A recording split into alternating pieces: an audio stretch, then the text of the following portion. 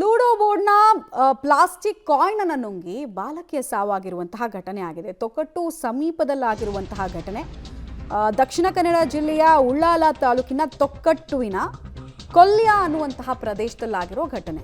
Ludo ಆಟ ಆಡಬೇಕಾದ್ರೆ ಆ board ಎಲ್ಲ ಇರುತ್ತಲ್ಲ, ಅದರಲ್ಲಿ ಡೈಸು, ಪ್ಲಾಸ್ಟಿಕ್ ಕಾಯಿನ್ ಇರುತ್ತಲ್ಲ ಡೈಸು, ಅದನ್ನು ನುಂಗಿ ತನುಷ್ಕಾ ಅಂತ 8 ವರ್ಷದ ಬಾಲಕಿ ದಾರುಣವಾಗಿ ಸಾವನ್ನಪ್ಪಿರೋದು. ಏಕಾಏಕಿ ಉಸಿರುಗಟ್ಟಿ ನರಳಾಡಿದ್ರಂತೆ ಅವರು.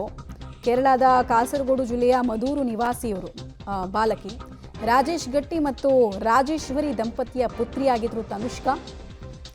ಸಹೋದರ ಮತ್ತು ಸಹೋದರಿ ಜೊತೆಗೆ ಲೂಡೋ ಆಡಬೇಕಾದ್ರೆ ಲೂಡೋ ಕಾಯಿನನ್ನು ಗೊತ್ತಾಗದೆ ನುಂಗಿದ್ದಾರೆ ಅವರು. ಈ ವೇಳೆ ಏಕಾಏಕಿ ಉಸಿರುಗಟ್ಟಿದೆ. ಅವ್ರ ಸ್ಥಿತಿ ಗಂಭೀರವಾಗಿದೆ. ಖಾಸಗಿ ಆಸ್ಪತ್ರೆಗೆ ಕರ್ಕೊಂಡು ಹೋಗೋಷ್ಟೊತ್ತಿಗೆ ಸಾವಾಗಿದೆ. ಡೀಟೇಲ್ಸ್ ಕೊಡ್ತಾರೆ ಸುಕ್ಪಾಲ್. ಉಳಿದ ಇಬ್ಬರು ಮಕ್ಕಳು ಅಟ್ಲೀಸ್ಟ್ ತಡಿಬೋದಾಗಿತ್ತಲ್ವಾ? ಹೇಗಾಗಿದ್ದು ಇನ್ಸಿಡೆಂಟು? ಪೋಷಕರು ಅಥವಾ ಕುಟುಂಬದವರು ಏನು ಹೇಳ್ತಾರೆ ಅಂತ?